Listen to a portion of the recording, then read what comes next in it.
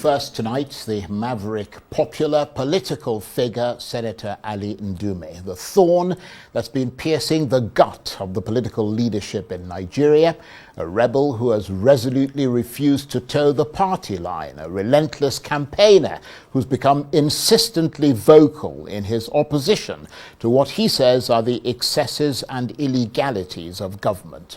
And once again, he's warning that Nigeria is standing on a precipice and that the cracks are now turning into fissures, with 3 budgets running concurrently, huge government borrowing, often without the approval of the National Assembly, and what he says are gross infractions on the federal character provisions of the Nigerian constitution, with more than 70% of President Tinubu's appointees coming from just one region, the Southwest.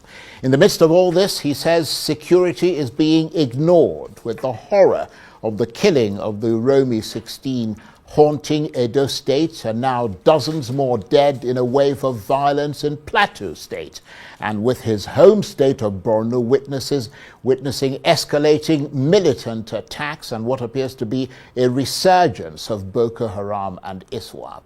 He's demanding that the government take much firmer control.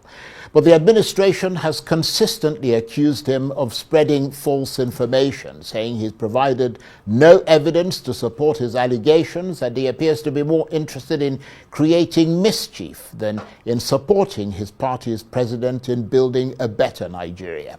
But he's typically scoffed at their suggestion. So what difference is his latest somber message likely to make, beyond creating more friction and disharmony with the government, his APC party, and his colleagues at the National Assembly? Well, for more on this, I'm joined now in the studio by the lawmaker they call Nigeria's unofficial one-man oversight mission, Senator Ali Ndume, the APC senator representing Borno South. Thank you very much indeed for coming in. Thank you, Charles. And welcome home, because I know you traveled. So and I made it because of you, as usual. Well, I'm very, very glad that you did, because I would have been very worried if you didn't. So I'm glad you're here. Let's start with what you've described as a very big infraction on the federal character constitutional provisions of this country. You say that more than 70% of the president's appointees are from his southwest region, and that he's effectively skewed his appointments in violation of the principle of federal character. Tell us more. Well, you have said it all. I don't think I have anything more to add than to say the figures are there. Somebody, the figures are there. You can look at the figures. I sent you one. I sent you figures. It's not that I'm just making accusations. And it's not that I'm saying, well, the president has no right to do that kind of thing. But there's a constitutional provision.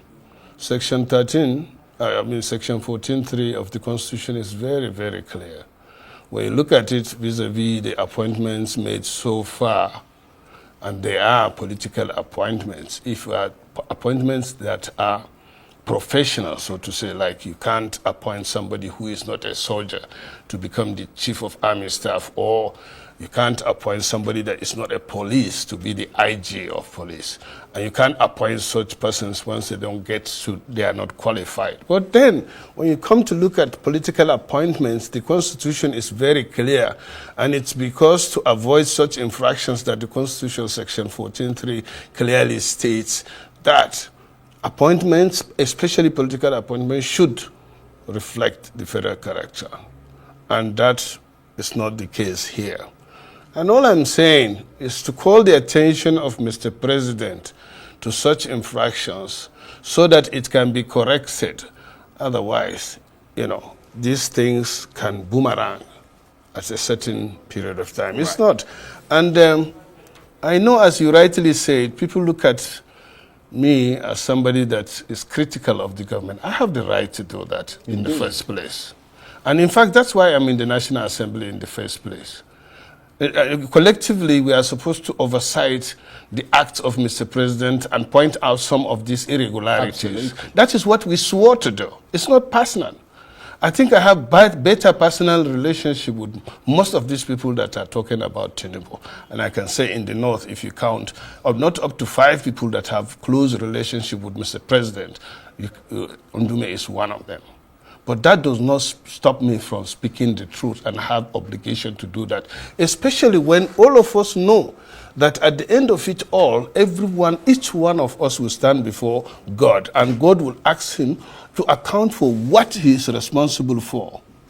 You understand? And that's why I'm saying this. And besides, we are all in this government. What will we tell our people? When you have these figures out, it's already viral, it's already in circulation. But you know what? From now, after this interview, those attack dogs or MAGA dogs will start attacking Ndume, not the message. And that's why we always get it right.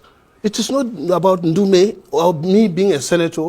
As a Nigerian, I have the right to voice out all these things. Not only that, I have the right to even protest. I have the right. That is guaranteed by the Constitution. But from tomorrow, those so-called Tinubu boys or people will start attacking Ndume. Oh, he's a frustrated person. But I mean, the facts are there, though, aren't they? Yeah, the facts are there. These are the facts. I brought it here so that you can see it. I sent it to you. These are facts. And I'm not the one that created it. These are facts extracted from what is going on there. But is it the generality of his appointments, or is it the more sort of juicier jobs? No. It's not about juicier jobs. It's about spread. It's about equity. It's about justice. You understand?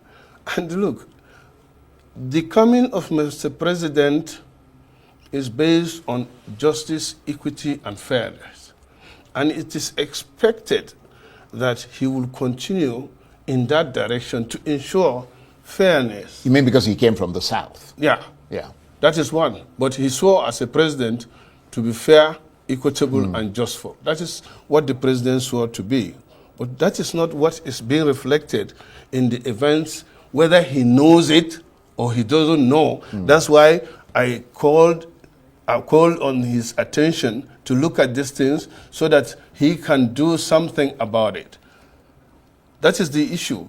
And now I'm also begging or calling those attack dogs out there to please address the issues. Rather than Senator Ndume. Rather than Senator Ndume, address the message. Because I know now those attack dogs who cannot, I repeat, defend the president when the chips are down.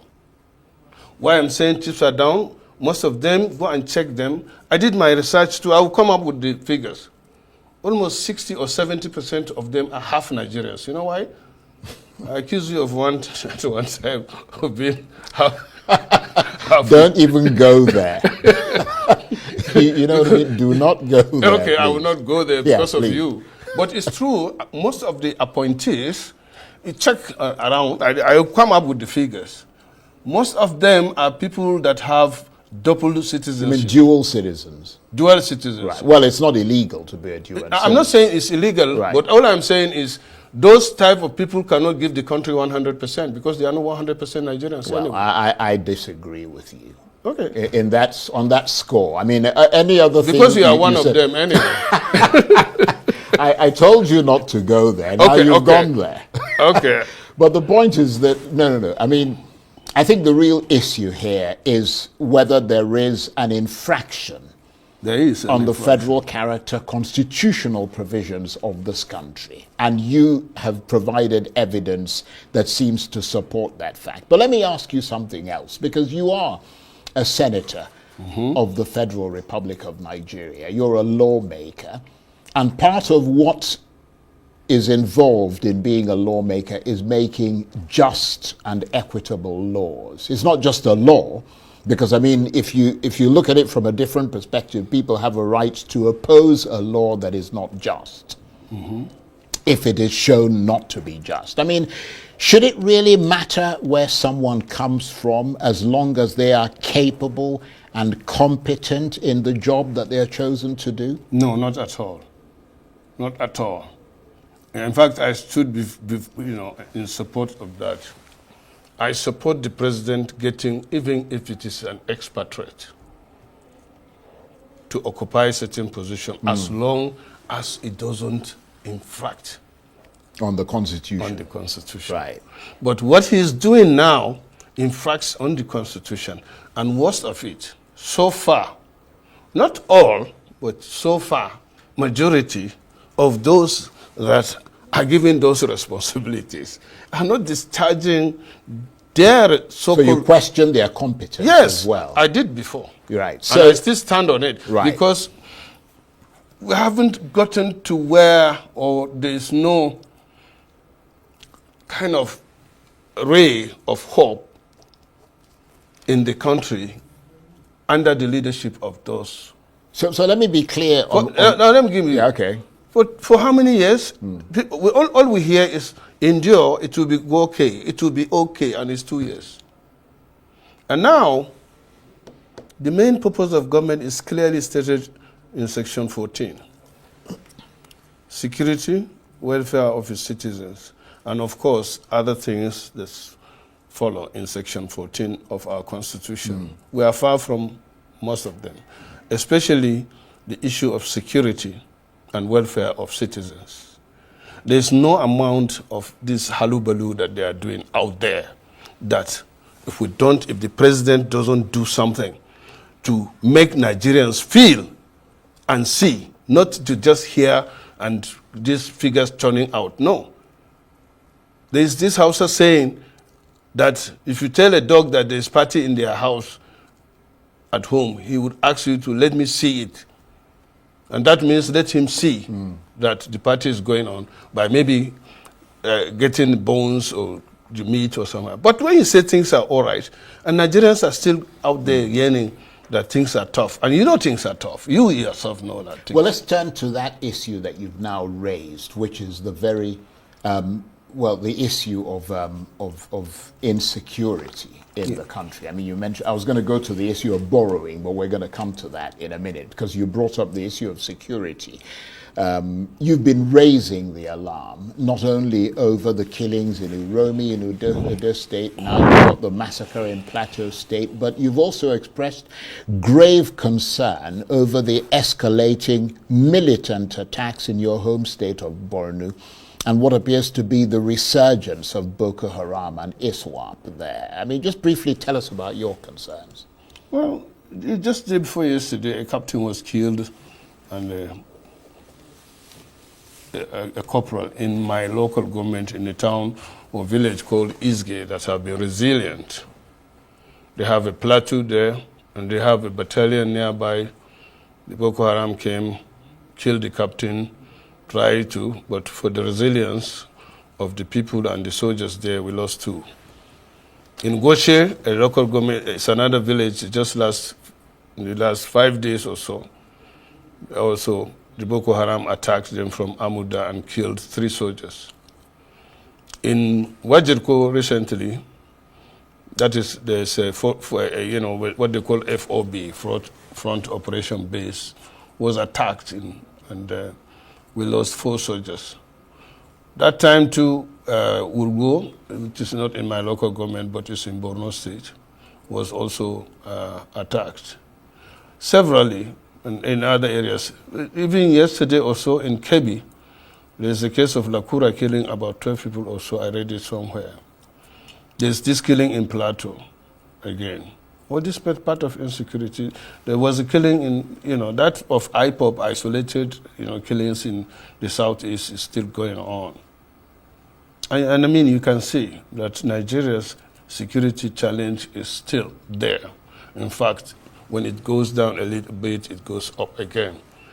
And as I said, the main purpose of government is security. Whatever you do in this country. It must be very worrying. So worrying. For you from Borno State, that I mean, every time we're told that, Boko Haram and ISWAP have essentially been contained, if not neutralized. But what we're seeing are these bursts of sporadic energy from them that seems to suggest that they're nowhere near being defeated. No, not especially in Borno or Bay State.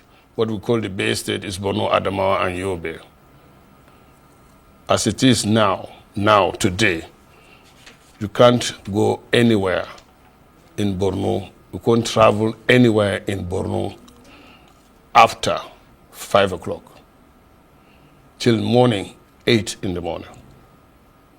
And it has been like that. But the only difference is that before, now, even after that 8 o'clock in the morning, you cannot travel freely without escort. But these days, there is an improvement that you can go somewhere, some routes without escort. But as I'm telling you now, some of the routes, especially from Maiduguri to Damboa, that you can take, you can reach there in 2 hours. You have now to at least travel 8 hours. In fact, that road that we used to take under escort, that is from Maiduguri to Damboa, then to Biu, is completely closed now because we have been losing lives there. And coupled with the fact that even the citizens are complacent, and then the security challenge is so much. We have been losing soldiers, we have been losing people. So why do you think things have got worse there? It's not that things have gotten worse, but are still lingering. You can't say, right. Yeah, it's not that it has gotten worse. So there's a bit of a stalemate. Yes, that is it. Right. I think that's the correct word to use. There's a kind of stalemate. The Nigerian army are doing their best under the circumstances that they are operating. As I'm telling you now, I don't know about last week. I don't know about last month. Our soldiers that sacrificed their life, some of them are yet to be even paid the 70,000 minimum wage. And their daily ration up to now, I don't know about last week because I am interested. I'm a Nigerian, I'm a senator. It's 1,500. You can imagine what 1,500 can do to somebody that you just post from Port Harcourt sometimes. I met a young man from Bayelsa, posted to Bama, and he's been paid 50,000 then when I met him. 50,000 naira. Yeah, but I'm wondering, I mean, you used to be the chairman of the Committee on the Army, weren't you, at one stage? I mean, I'm wondering what you were doing. I was on their neck. You have oversight capacity, I was on their and neck. The Senate has oversight. And, I'm not trying to exonerate myself because we didn't get there anyway. But Buhari is alive. He knows how the pressure I did personally put on him, especially for him to approve the loan that we collected to procure the Tucano that helped. Yeah, the Tucano jets. Yeah, that changed the... But right now, the truth of the matter is that our Nigerian or armed forces generally are not well trained, are not equipped, are not motivated, and are not armed. If you don't do that, you don't get anywhere. I suggested at one time that if we can't do that in the shortest possible time, then one of the short-term solutions that the Chief of Defense staff came here to disagree with me, which is entitled to, is to engage the service of private military contractors, PMC. It's done all over. America, that is the greatest country in the world, they engage Blackwater, which is their non-contractors. The British Army do that. French do that. So with this problem that can be solved, and it's in 3 or 4 or 5 black spots, you can address it by, engaging private military contractors and ask them to fix it. They will fix it. And the Nigerian Army can engage itself in other things. But no, Christopher is my friend. We worked closely when I was chairman. That's Army. Christopher Musa, the Chief of Defense Staff. Yeah, very good guy. Yeah, he's a very intelligent man. Yeah, but they are the pride, they have, I think I look at it as kind of pride or something. What's wrong with engaging private contractors to solve the problem? Well, you're in the Senate, and it is people like you and your colleagues who have to assess the situation. I mean, that's why you guys are elected to go there and then put pressure on the government or even change the law in order to make that mandatory, mandate the government to do that. But you mentioned loans. Yeah. About the Tucanos, which is that brings me to the other issue that you have raised, which is the very high borrowing by the Tinubu government that's taken place over the last 20 months or so. And to be fair to you, it's not just you. Several leading economists, chambers of commerce, etc., have also expressed concern over the rising debt. How serious a situation does this look like from your point of view as a senator? How much of a national crisis is it? Well, let me first of all say that I'm not against borrowing. Even the greatest countries in the world, America, Japan, China, all are big borrowers. But they borrow for physical, tangible, and accountable projects that you spread and pay over time. But my worry is not even in the borrowing, it's what you borrow for. Let me give you quickly a rundown of what I checked. You see, in June 2023, $500 million was borrowed for women program to scale up what they call MPWPSC. Can you see that? Can Nigerians see it? Where are the women? Then on June 23rd, the same day, $800 million was borrowed to cushion the impact of high petrol prices after fuel subsidy removal. How? Where? Then on September 23rd, 2003, under the same government, $700 million was borrowed again for Adolescent Girls Initiative for Learning and Empowerment. Then, on December 23rd, the same thing, $750 million borrowed through what they call renewable energy scale-up. Then June 2024, $1.5 billion was borrowed to support Nigeria's reform for economic stabilization to enable transformation. That one sounds very spurious, I have to be honest. Okay, you see? Then in June 24th, $750 million again was borrowed for immediate financial and technical support for efforts to stabilize economy and to scale up support to the poor and most economically at risk. Then on September... Well, they would argue, that particular one, that they've been making payments to a lot of poor people. Where are the poor people? Some of their cash transfers and things like that. Look, whenever you're doing something, if it is true, somebody will come out to say thank you. But are these loans, are they approved by the National Assembly? I mean, do they pass through your Senate for approval? No, what passes through the Senate so far as this is these are itemized. Right, the bulk of it passes No, the bulk, through. you don't pass the bulk, you pass the itemized. If, for example, right. before... So were all these itemized things approved? Not to my so you're saying they're extra? Not to my knowledge, not to my knowledge. Because I know that... Because such amount, there was the medium-term expenditure framework. Right. It's something that they bring and we look at and maybe approve it, but that is not to say it's a blanket. So you're saying approval. these things are have bypassed the National Assembly? That is it so far. The reason I say that is that I know that in November 2024, the Senate approved 1.7 trillion naira or something to that effect that the government had requested, which is several... No, it's not. Charles, get it clear. Before you pass the budget annually, there's the midterm expenditure framework that must come before the National Assembly for approval. These are the things that the government is anticipating to spend, but that is not to say that even if it is approved, it's a blanket approval. No. Right.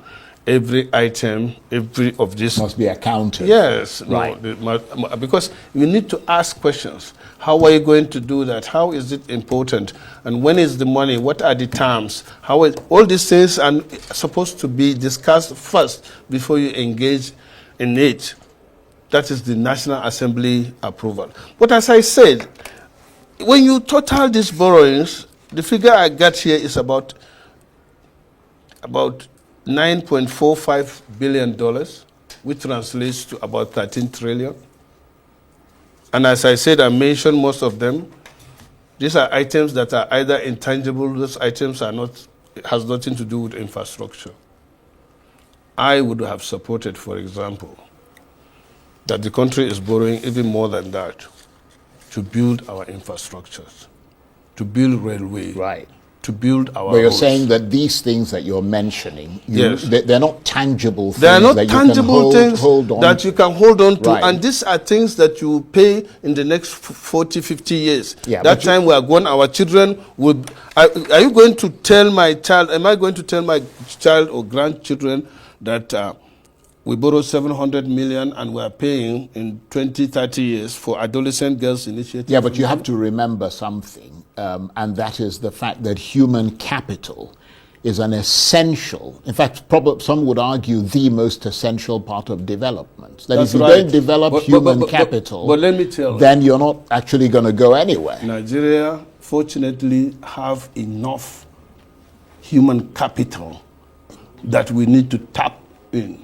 Remember, Charles, including yourself, you only don't provide service in Nigeria, but you also You're always pointing me. I don't understand. No, I'm but going to because you are have to the, go after the you closest personally person then. to me. You are serving in Nigeria as one of the best journalists, and because of your performance, you are working with the BBC, isn't it? Or you go part-time there to provide service with other organizations. We have the human capital or human resources, so to say. It's just to harness it. Let me ask you this. Do you believe that you are acting in accordance with your best principles as a senator and a member of the ruling party by these whistleblowing actions that you're taking, and that you are preserving the rule of law in Nigeria? Yeah, right. But let me correct that. You see, I'm a bona fide member of APC. In fact, one of those that signed onto the initial formation of APC.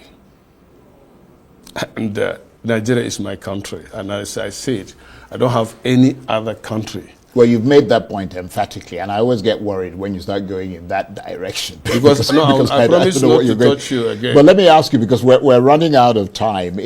Time has been galloping ahead. I mean, how does all this, because I remember, I noticed you mentioned somewhere about 2027. Does all this play into 2027? I hear them talking about 2027 all the time, but for me, I'm not. I'm talking about today and at most tomorrow. I'm 65. I thank God for my life. All these people shouting about 2027, they don't believe in God. Because 2027 is a year ahead. And we don't know whether Ndume is going to be alive then or even the president. And they are busy shouting about 2027. Yeah, they but have you have not to plan finished. ahead. Wait now, we have not finished with the mandate. We are just 2 years. In fact, until next month, the president is not 2 years old. And you are talking about 2027. Let him finish. By the time the president is performing very well and Nigerians are happy, nobody will come and start talking about competing with Mr. President. It will be automatic. But as it is now, they keep on talking nonsense as far as I'm concerned. Because, as I said, 3 things will determine whether this government is going to succeed or not. 1 is security. 2 is welfare of its citizens. And 3, that is related to the welfare, is the economy itself. If it is not performing, then you can go and be talking nonsense. It will not work. Let me ask you a final question. Why does it appear to be only you, of the many senators in the National Assembly, including members of the opposition, who draws attention to these alleged excesses? Does that suggest that all the others are complicit in these violations? No, that is not. I'm Mohammed Ali Ndume. God created me differently, and I'm going to account for my actions. If everything is to go the way I want, there would have been only one person in the Senate, and that's me. But that is not. So we have 109 of us, different senatorial districts, different makeup. God does not create 2 persons at a time. So I cannot speak, and I cannot say my colleagues, but let me tell you, I have the support of the people, including my colleagues. The only difference is that they can't come out and take the bullet the way I do. They don't have the guts. They don't have, not that they don't have the guts, but they're always thinking that something will come. No, not me. On that note, I have to say that the intrepid Senator Ali Ndume, it's always a pleasure having you here. He is the APC senator representing Borno South. Great to see you again and welcome back. Thank you very much. Thank you very much.